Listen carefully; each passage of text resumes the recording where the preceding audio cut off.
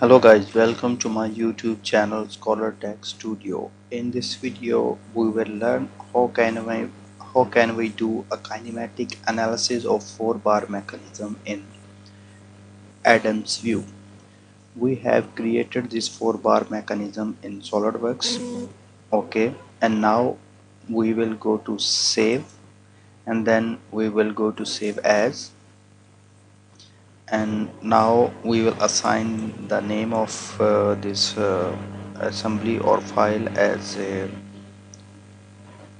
Adams. So you can give any specific name, and the file type we will select the IGES. So we have to find, yeah, this one. Okay, and then just save this one. Okay, so create your model in any CAD software. Okay, and then save into IGES file format. Now we will go to Adams View. So from here we will open the Adams View software. Okay, so Adams View first window will pop up. Here we will select the new model. Here we will type the name of the model 4-bar mechanism, and from the working directory we can select any specific folder. Let's suppose I select this 4-bar mechanism and select OK, and we just select OK, and now we are in the interface of Adams View. We will go to file, and here we will select the import, and here we will select the file type IGES. Okay, and here we will browse our IGS file that we created and then said OK. From here we will select the model name, and here we will specify the model name as 4-bar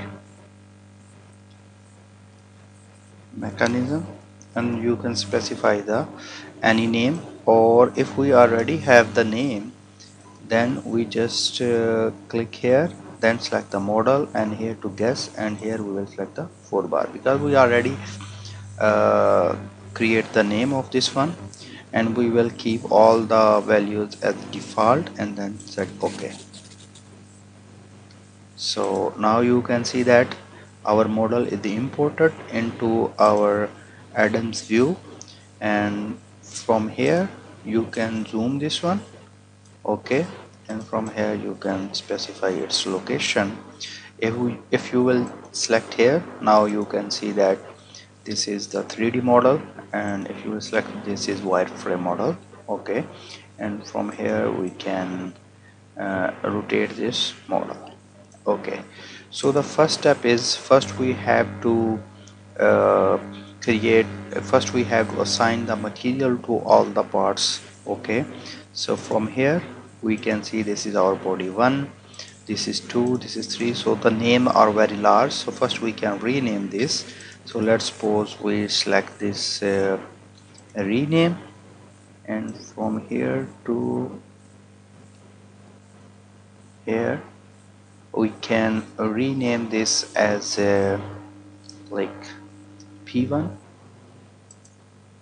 and for this we will rename this as a P2, and we rename this as a, so you can give any specific name, and this one P3, and this one as P4.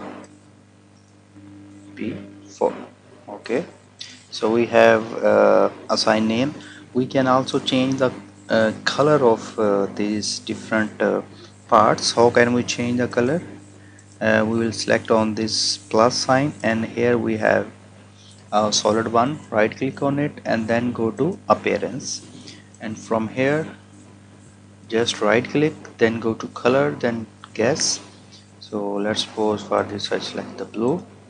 You can see it's changed color. Similarly we can select from here, right click, and then go to in the solid. Okay, solid 2, and then go to appearance. from here we can change its color, and let's suppose red.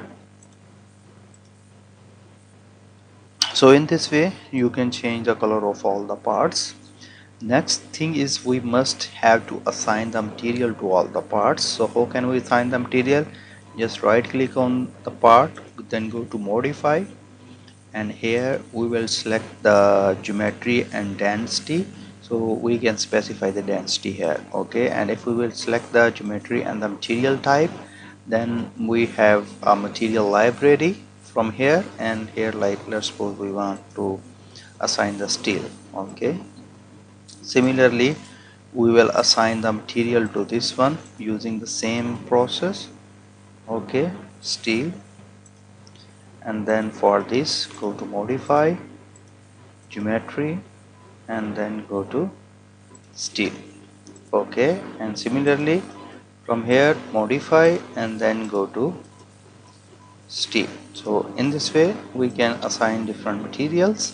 Okay, and as we define the material, here you can see that their center of mass is created. Okay, so the next step is we need to create like the constraints.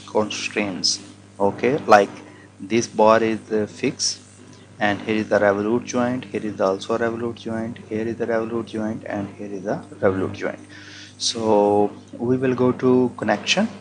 First we will select the fix, we will select this P1, we will select the ground, and then we will select this specific center.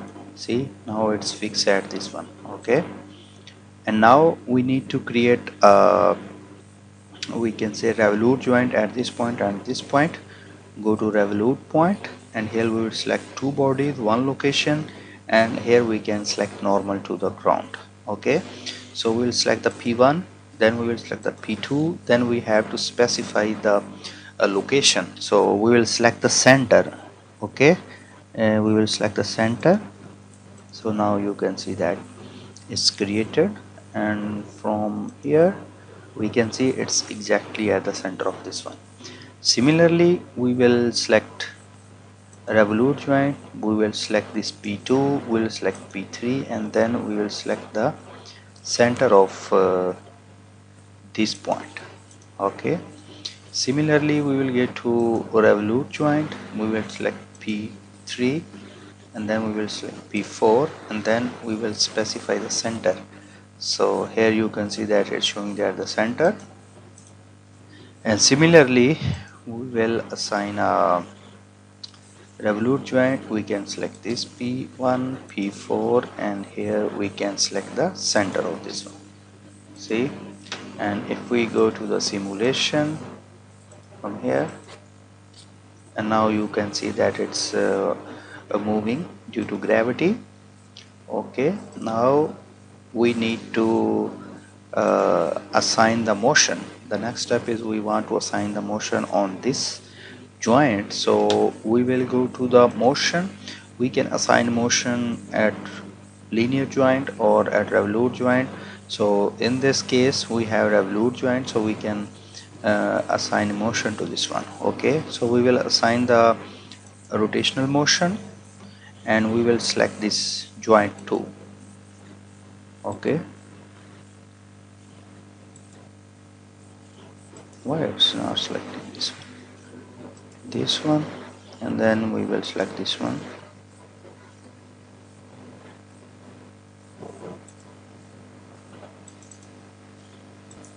Okay, so again we will go to this revolute joint, revolute motion. So if we are not able to select, we can change its orientation, and now we will go to this motion, and then we can select joint 2. Now you can see that the motion is assigned and its direction can be seen. Okay, now we will go to the motion, we will modify this motion. Just right click on it and then go to modify, and here you can see that it's 30 degree per second.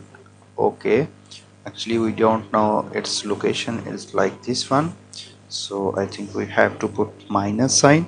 So now it will rotate in opposite direction, and said okay.